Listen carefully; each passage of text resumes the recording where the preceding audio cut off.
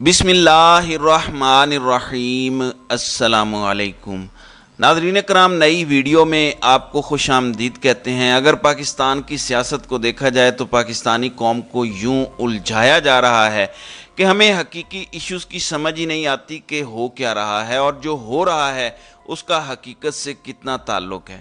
اب ایک اور بڑی گیم کی گئی ہے قوم کے ساتھ، وہ کیسے؟ میں آپ کو بتانا یہ چاہتا ہوں کہ اس ملک کے اندر جمہوریت دو طرح کی ہے۔ ایک جمہوریت وہ ہے جو ہم تقریروں میں دیکھتے ہیں، جو ٹی وی ٹاک شوز میں دیکھتے ہیں، جو مختلف مضامین میں دیکھتے ہیں یا سینٹ اور پارلیمنٹ میں تقاریر کی صورت میں دیکھتے ہیں، جبکہ ایک وہ جمہوریت ہے جو عملاً گراؤنڈ پر ہمیں دکھائی دیتی ہے۔ وہاں نہ پیپلز پارٹی کی تفریق رہتی ہے، نہ مسلم لیگ نون کی رہتی ہے، نہ کسی اور کی رہتی ہے۔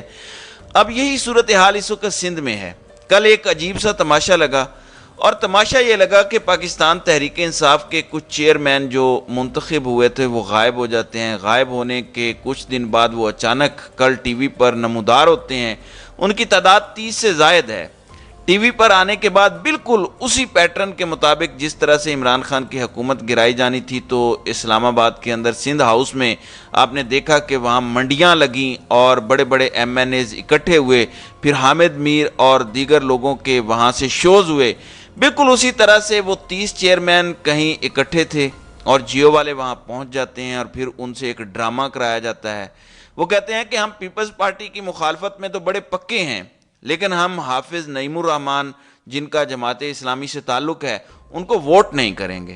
حالانکہ پاکستان تحریک انصاف غیر مشروط طور پر حافظ نعیم الرحمن کی حمایت کا اعلان کر چکی ہے، اور یہ بھی کہہ چکی ہے کہ اگر آپ ووٹ نہیں کریں گے تو اس کا مطلب واضح ہے کہ آپ پارٹی ڈسپلن کی خلاف ورزی کر رہے ہیں، اور ہم آپ کے خلاف پارٹی کا ڈسپلنری ایکشن جو ہے وہ کریں گے۔ لیکن ظاہر ہے یہ کارکنان یا یہ چیئرمین جو بھی ان کے پاس عہدے ہیں جن پر یہ الیکٹ ہو کر آئے ہیں، وہ کسی جگہ پر جاتے ہیں تو آخر کیا وجہ ہے کہ وہ اچانک ایک ہی جگہ سے برآمد ہو جاتے ہیں، اور وہاں پر چیئرمین اسد امان اور جو دیگر لوگ ہیں وہ کہتے ہیں کہ ہم عمران خان کے ساتھ ہیں اور ساتھ رہیں گے، ہم پیپلز پارٹی کے بھی خلاف ہیں لیکن ہم جماعت اسلامی کو ووٹ نہیں کریں گے۔ ہاں، اگر ہمیں عمران خان بلائیں تو پھر بات بن سکتی ہے، یعنی ہمارا چیئرمین ہمارے ساتھ آ کے مذاکرات کرے، پھر اس کے بعد ہم آگے بڑھیں گے۔ یعنی ایک کونسلر یا چیئرمین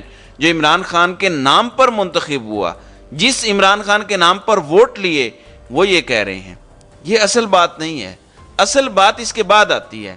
سینئر صحافی ہیں ارباب چانڈیو، رات کو حبیب اکرم شو میں وہ بیٹھے ہوئے تھے۔ انہوں نے بتایا کہ یہ جو گمشدہ چیئرمین ہیں جو اچانک سے منظر عام پر آئے ہیں، یہ ڈیفنس اور کلفٹن کے مختلف بنگلوں میں رہائش پذیر ہیں، اور ان کے مطابق جو پولیس کا اسپیشل کمانڈو یونٹ ہے جس کو وہ ایس ایس یو کہتے ہیں، وہ اسپیشل سیکیورٹی یونٹ ان کی حفاظت کرتا ہے، اور جو آنے والے لوگ ہیں وہ بھی پیرے میں آتے ہیں اور جانے والے لوگ بھی ان کے پیرے میں آتے ہیں۔ تو اس حوالے سے بتایا جا رہا ہے کہ وہاں جو بولیاں لگ رہی ہیں ان کا ریٹ کتنا ہائی ہے اس کے بارے میں آپ کو بتا بھی نہیں سکتے۔ تو پیپلز پارٹی بری طرح سے بار بار ننگی ہو رہی ہے۔ ان کی جمہوریت محض تقریروں کی حد تک محدود ہے، جو یہ شور مچاتے ہیں آئین، دستور، جمہور کا، لیکن گراؤنڈ پر ان کی اتنی ڈرٹی پالیٹکس ہے کہ آپ اندازہ نہیں کر سکتے۔ اس وقت آپ دیکھیں کہ تحریک انصاف اور جماعت اسلامی کے پاس اس وقت میجورٹی ہے، اس کے باوجود میئر منتخب نہیں ہونے دیا جا رہا۔ انہوں نے 70 کی دہائی میں بھی یہی گند گھولا تھا۔ یہ اس وقت شیخ مجیب الرحمان کی اکثریت مان لیتے تو آج پاکستان ایک مختلف صورت میں ہوتا، لیکن ظاہر ہے ان کی ڈرٹی پالیٹکس کا خمیازہ ہمیں بھگتنا پڑا، اور مشرقی پاکستان بنگلہ دیش کی صورت ہم سے الگ ہوا۔ اب حافظ نعیم الرحمن کو کراچی کا یہ کسی صورت بھی میئر منتخب نہیں ہونے دینا چاہتے۔ اصل میں نعیم الرحمن کو روکنے سے زیادہ یہ تاثر دیا جانا ضروری ہے کہ عمران خان کو ہم روکیں گے۔ دوسری جانب پاکستان پیپلز پارٹی نون لیگ سے بھی کئی طرح کے بدلے لے رہی ہے۔ مثال کے طور پر نون لیگ کو یہ سمجھ آ رہی ہے، نون لیگ بھی اب عمران خان اور پاکستان تحریک انصاف والی باتیں کرنا شروع ہو گئی ہے، الیکشن والی۔ اب انہیں محسوس ہوا ہے کہ سارا گند تو ہمارے گلے پڑا، لیکن اس کا بینیفیشری ہم نہیں ہیں۔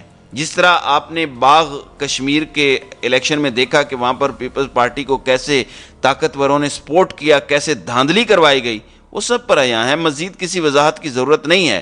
اب حامد میر جیسے لوگ کہہ رہے ہیں کہ اگر کوئی یہ سمجھ رہا ہے کہ پیپلز پارٹی اور نون لیگ کے اندر کوئی لڑائی ہوگی، ایسا نہیں ہے، بلکہ یہ لڑائی ہو رہی ہے۔ اور آپ جانتے ہیں کہ چیئرمین کرکٹ بورڈ والا معاملہ بھی ہے اور اس پر نجم سیٹھی سے ملاقات کرنے کی کوشش کی گئی، لیکن بات نہیں بنی۔ اور میری اطلاعات یہ ہیں کہ آصف زرداری یہاں پر یہ کہہ کے گئے ہیں کہ ہم ٹس سے مس نہیں ہوں گے، ایک قدم بھی پیچھے نہیں ہٹیں گے، اور ذکا اشرف ہی پاکستان کرکٹ بورڈ کے چیئرمین ہوں گے۔ دوسری جانب ان سب جو صورتحال میں یہ ان میں سے کوئی بھی جو ہے اس صورتحال میں پاکستان کا نہیں سوچ رہا، قوم کا نہیں سوچ رہا۔ پاکستان کی ٹیکسٹائل برآمدات میں اس وقت 30% کمی ہو چکی ہے۔ اس سے پہلے جو ایپٹما والے ہیں انہوں نے خط لکھا اور بتایا کہ آئندہ چند دنوں میں صورتحال کیا ہو سکتی ہے، لیکن اس پر کوئی دھیان نہیں ہے۔ صرف اور صرف لوگوں کو توڑنا کیسے ہے، ہم نے مختلف تجربات کرنے ہیں۔ اب کل عمران خان گئے جے آئی ٹی میں پیش ہوئے دیگر کیسز کے اندر انہوں نے ضمانتیں لی۔ رات کو تمام صحافیوں نے ایک خاص پیٹرن پر مشتمل ٹویٹس کی، جس کی وجہ سے آپ کو بہت سی چیزیں کلیئر ہو جاتی ہیں۔ اور آج اب بشرا بی بی کو نیب کی جانب سے القادر ٹرسٹ میں بلایا گیا ہے اور ایک بار پھر ان کی نیب راولپنڈی میں طلبی ہوئی ہے، تو ایک مشق کروائی جا رہی ہے۔ ایک دن عمران خان کو بلایا جاتا ہے جبکہ اگلے دن بشرا بی بی کو۔ لیکن آج جو دلچسپ ڈیولپمنٹ ہوئی ہے، وہ ڈیولپمنٹ ہوگی وہ اصل میں سپریم کورٹ پاکستان سے ہے۔ آپ جانتے ہیں کہ وہاں پر الیکشن کمیشن والا کیس ہے، رات اس کا تفصیلی فیصلہ آیا، لیکن جو ریویو پٹیشن آج سے سنی جائے گی اور سپریم کورٹ کہہ چکی ہے کہ وہ اس کو روزانہ کی بنیاد پر سنے گی اور اس فیصلے کو منطقی انجام تک پہنچائے گی۔ اب اگر وہ منطقی انجام تک اسے پہنچائیں گے تو سمجھ آتی ہے کہ شہباز حکومت کے خلاف کوئی آرڈر پاس ہو سکتا ہے، کوئی توہین عدالت لگ سکتی ہے، کوئی ایسی چیز ہو سکتی ہے جس کا انہیں مسئلہ ہوگا۔ لیکن ظاہر ہے جو حکومت کرنے والے ہیں ان کو بھی پتہ ہے کہ ان کے پیچھے کون سی انویزیبل فورسز کھڑی ہیں، کن طاقتوروں کا ان کو آشیرواد حاصل ہے، کہاں سے ان کو تھپکی مل رہی ہے، سب جانتے ہیں۔ پاکستان کا بچہ جانتا ہے کہ اس گندے دھندے میں کون سے کردار ملوث ہیں۔ اب کراچی خواتین ونگ کی رہنما شبنم جہانگیر کو کراچی ایئرپورٹ سے حراست میں لیا گیا ہے اور بتایا گیا ہے کہ وہ جا رہی تھی لیکن ان کا نام سٹاپ لسٹ میں موجود تھا۔ چلیں آپ یہ کہہ دیں گے کہ وہ ہنگامہ آرائی اور دیگر معاملات میں ملوث تھیں، اس وجہ سے آپ نے اریسٹ کیا۔ چند دن پہلے بھی ایک سابق ایم پی اے خاتون رہنما جن کا پی ٹی آئی سے تعلق تھا، وہ حج کے لیے جانا چاہتی تھی لیکن ان کو بھی روک لیا گیا۔ تو تحریک انصاف یا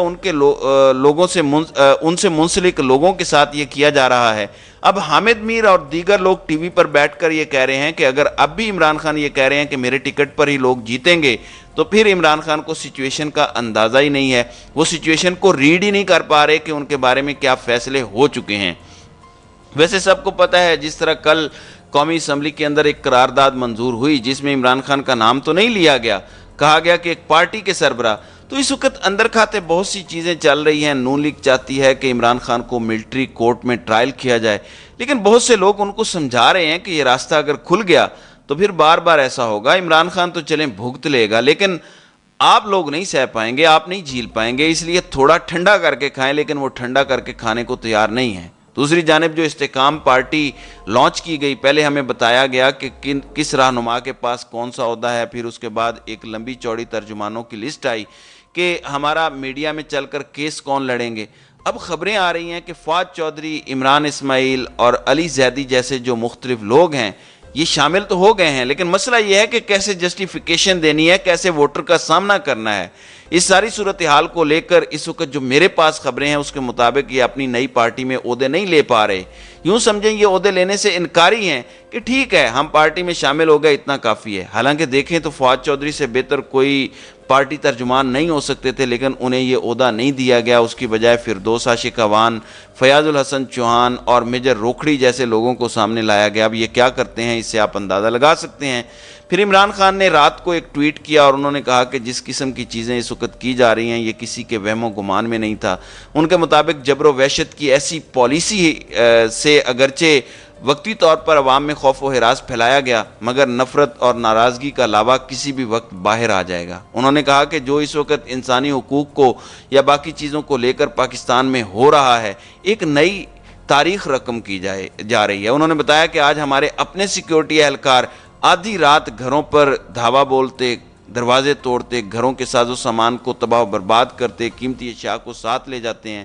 خبریں آ رہی ہیں کہ ان کی ہمشیرہ کے ڈرائیور اور باورچی رحیم کو اٹھایا گیا، دونوں کو قید کیا گیا، جانوروں کی طرح ایک چھوٹے سے ڈبے میں پھینک دیا گیا۔ بتایا گیا کہ باورچی رحیم کو دمے کی بیماری تھی اور جب سے وہ واپس لوٹا وینٹی لیٹر پر وہ زندگی اور موت کی کشمکش میں مبتلا ہے۔ تو یہ اس وقت پاکستان کی صورتحال ہے۔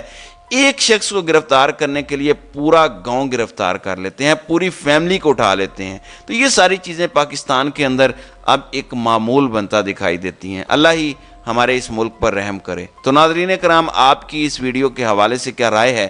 آپ اپنی رائے کا اظہار کامنٹ سیکشن میں ضرور کیجیے گا۔